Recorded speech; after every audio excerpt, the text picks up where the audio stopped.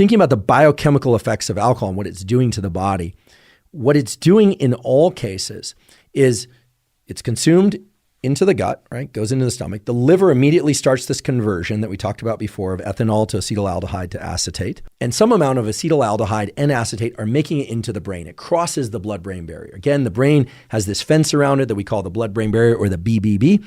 Many things, most things, thankfully, can't pass across the blood-brain barrier, but alcohol, because it's water and fat soluble, just cruises right across this fence and into the milieu, the environment of the brain, which is made up of a couple different major cell types: neurons, nerve cells, and so-called glial cells, which are in between the nerve cells. And we'll talk about the effects on each of those soon.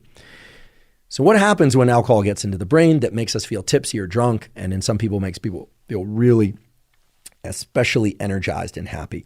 Well, alcohol is indiscriminate in terms of which brain areas it goes to. Again, it doesn't bind to particular receptors, but it does seem to have a propensity or an affinity for particular brain areas that are involved in certain kinds of thinking and behavior. So one of the first things that happens is that there's a slight, at least after the first drink or second drink, there's a slight suppression in the activity of neurons in the prefrontal cortex. This is an area of your neocortex that's involved in thinking and planning, and perhaps above all, in suppression of impulsive behavior.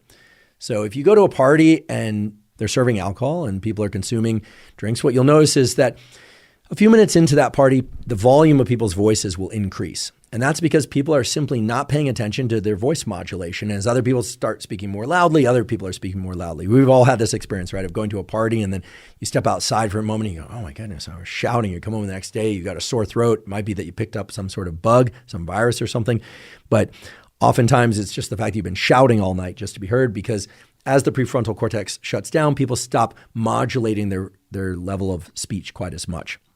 I also notice that people start gesticulating more. People will start standing up and sitting down more. They'll start walking around more. If there's music on, people might spontaneously start dancing. All of this is because these areas of the prefrontal cortex normally are providing what's called top-down inhibition. They are releasing a neurotransmitter called GABA onto various parts of the brain. They're involved in impulsive motor behavior and thought patterns.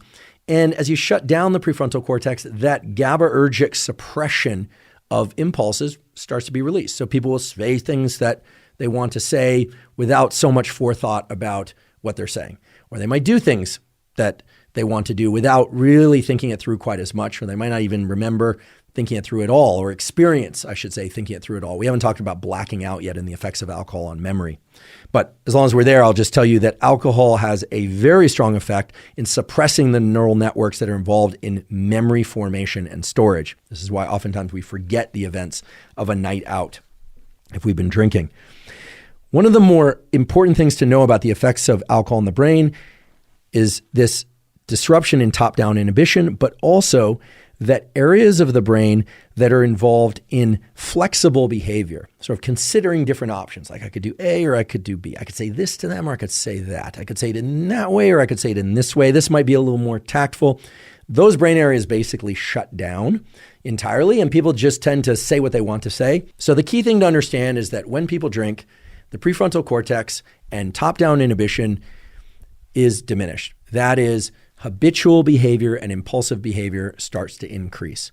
Now, what's interesting is this is true in the short term, so after people have one or two, maybe 3 or 4 drinks, but it's also true that the more often that people drink, there are changes in the very circuits that underlie habitual and impulsive